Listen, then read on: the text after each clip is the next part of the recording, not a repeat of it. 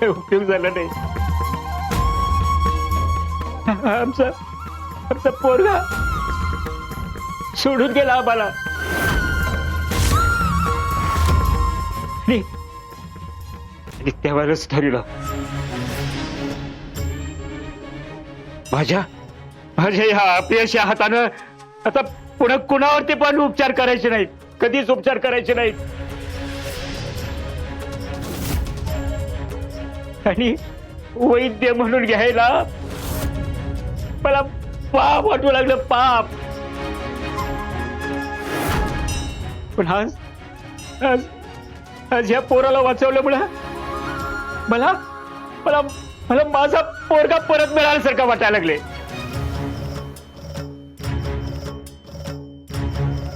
देवाईची कृपा झाली.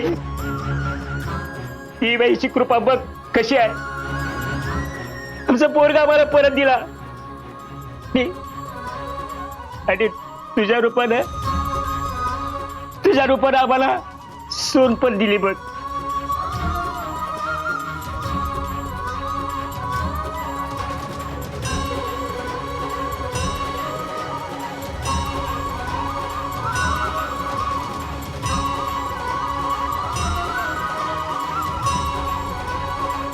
आजोबा,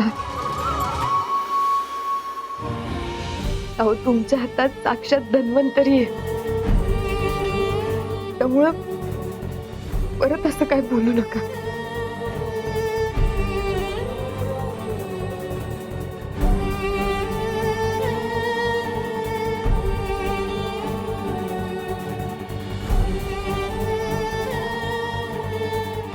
आजोबा, धैर्यानं शुद्ध कधी येईल?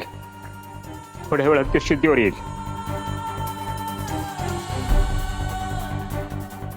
पण तोपर्यंत आपल्याला काळजी घ्यायला पाहिजे. ती लेप सारखं बदलत राहायला पाहिजे.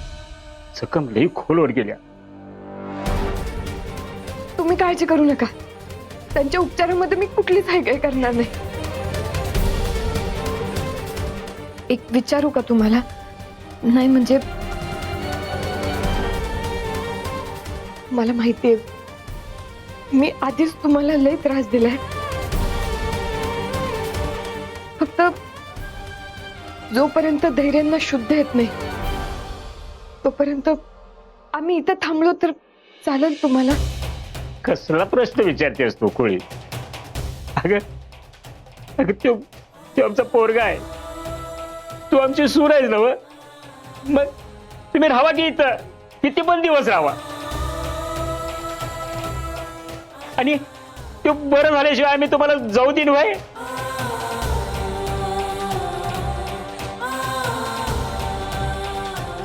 पण एक विचारू का पोरी?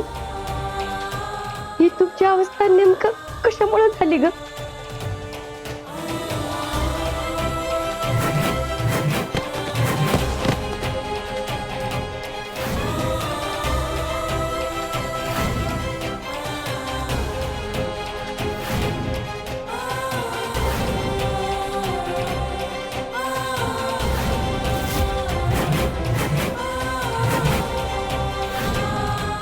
नक्की काय आणि कुठून सांगू आजी तुम्हाला?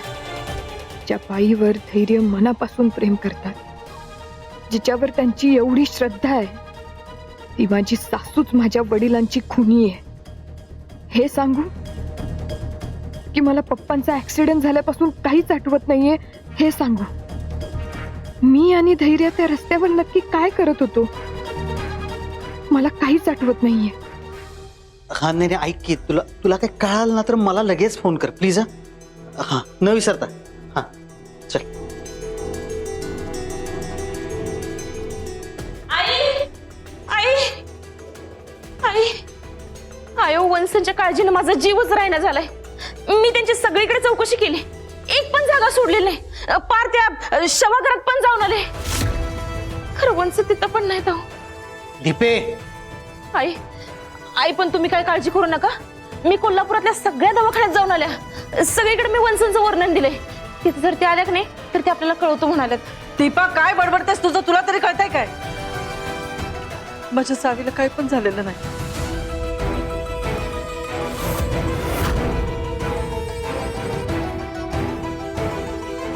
आई, तुम्हाला मन घट्ट करायलाच पाहिजे. आपल्या वंश सापडत नाहीत म्हटल्यावर सगळ्या आशा संपल्यात जमाय.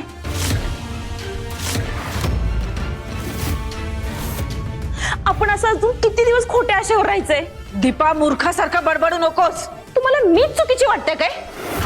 अहो, मी निदान वंशला शोधायचा प्रयत्न तरी करते. यो असला प्रयत्न. अगदी दीपी का वागायला लागल्यास अशी? आता काय चुकीचं वागले मी? तुम्ही मला शांत करा. बस.